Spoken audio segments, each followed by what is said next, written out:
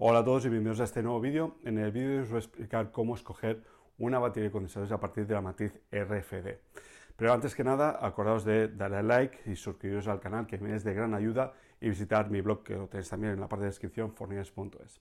Primero de todo, vamos a repasar unos conceptos básicos que se repiten a la hora de escoger cualquier batería de condensadores, como es saber, por un lado, la tensión del sistema.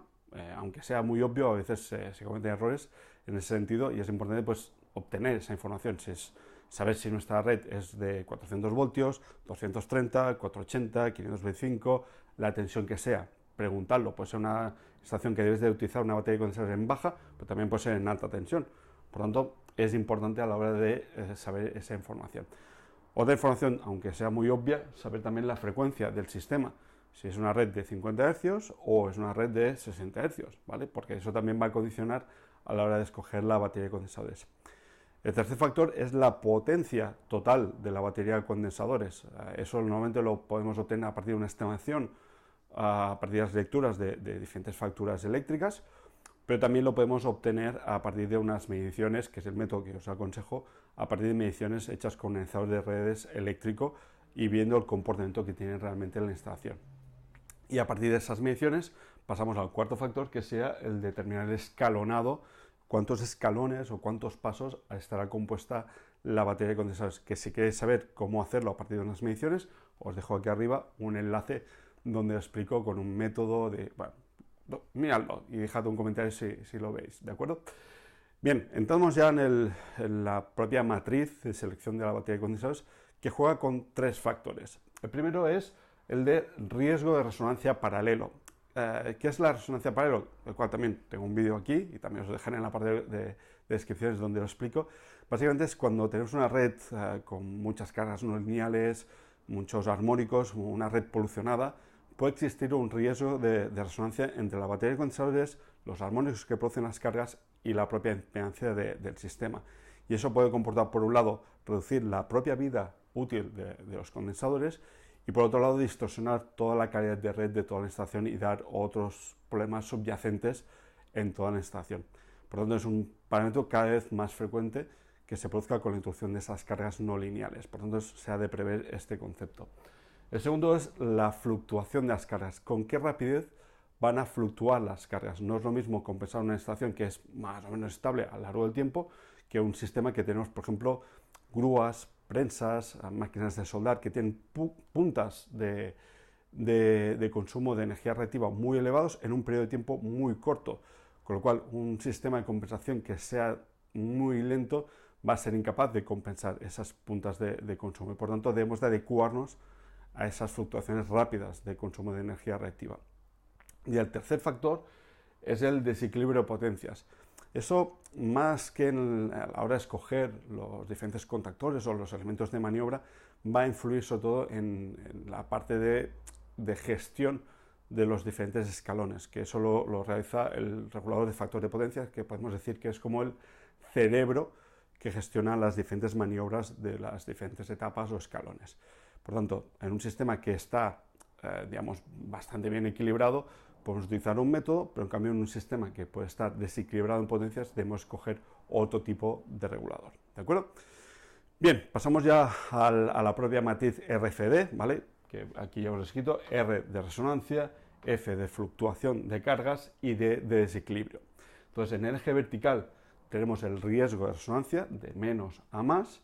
En el eje horizontal tenemos el nivel de fluctuación de las cargas de menos rapidez a más rapidez de fluctuación de cargas, y en el eje Z podemos decir de menos a más desequilibrio del sistema. Entonces, ¿cómo leemos esta matriz? Pues empezamos desde el punto 0, por decirlo así, donde tenemos un sistema con bajo nivel de resonancia, porque no hay presencia de armónicos, porque tenemos mucha potencia de cortocircuito, por los factores que determinemos en nuestro análisis, y en cambio tenemos una fluctuación muy baja, por tanto es un sistema con un consumo bastante estable o lento en fluctuación de cargas. En este caso podemos escoger una batería de condensadores estándar con maniobra con contactores, la cual se adaptará pues, básicamente a esas condiciones. En cambio, si tenemos un mayor riesgo de resonancia, pues aquí deberíamos de optar por una batería con filtros de rechazo para evitar precisamente el fenómeno de resonancia paralelo. Aquí mi consejo es que si detectáis que hay muchas cargas armónicas en estación, sobre todo si veis unos niveles de distorsión armónicos sin la batería de condensadores de más de un 3% o 3,5%, aquí ya supone un mayor riesgo de resonancia. Tirad por este tipo de solución, con baterías con filtros de rechazo, y en este caso, como la fluctuación es lenta, podemos utilizar una batería de condensadores con maniobra por contactor, ¿vale? Sería la elección adecuada. Por otro lado, si tenemos poco nivel de riesgo de resonancia paralelo, pero tenemos realmente unas fluctuaciones rápidas en nuestra instalación, por lo que los elementos que antes os he dicho, de grúas, prensas, máquinas de soldar, etcétera, obtendríamos una solución por batería estándar, pero cambiando el elemento de maniobra de contactor a un elemento de tiristores, o también se denomina baterías estáticas o maniobra estática, el cual nos permite hacer una cadencia, una velocidad de maniobra mucho más rápida. Por contactor normalmente estamos hablando de unas velocidades de en torno a los 4 o 10 segundos, normalmente es el periodo de tiempo que normalmente se ajusta. En cambio, por maniobras por tiristor estamos hablando de ciclos, ¿vale? Con lo cual ya veis que la cadencia de maniobra es mucho más rápida. Y siguiendo el mismo caso anterior, si tenemos fluctuación de carga muy elevado y un riesgo de resonancia también muy elevado, aquí la batería de condensadores que debemos escoger sería con filtros de rechazo y con maniobra por tiristor, o sea, juntando los dos conceptos que hemos visto antes, ¿vale? Riesgo de resonancia y necesidad de una maniobra mucho más rápida. Y el tercer eje de esta matriz RFD sería el elemento de desequilibrio, que como os he dicho antes dependerá de la elección del regulador. Si es un sistema que está bastante bien equilibrado, un poco desequilibrio en potencias, podemos optar por un regulador con medida monofásica, o sea, dicho de otra forma, utilizando un solo transformador de corriente. En cambio, si vemos una instalación que hay bastantes cargas monofásicas, que no funcionan todas a la vez, etc., aquí la opción sería utilizar un regulador con medida trifásica, utilizando 3 transformadores de corriente.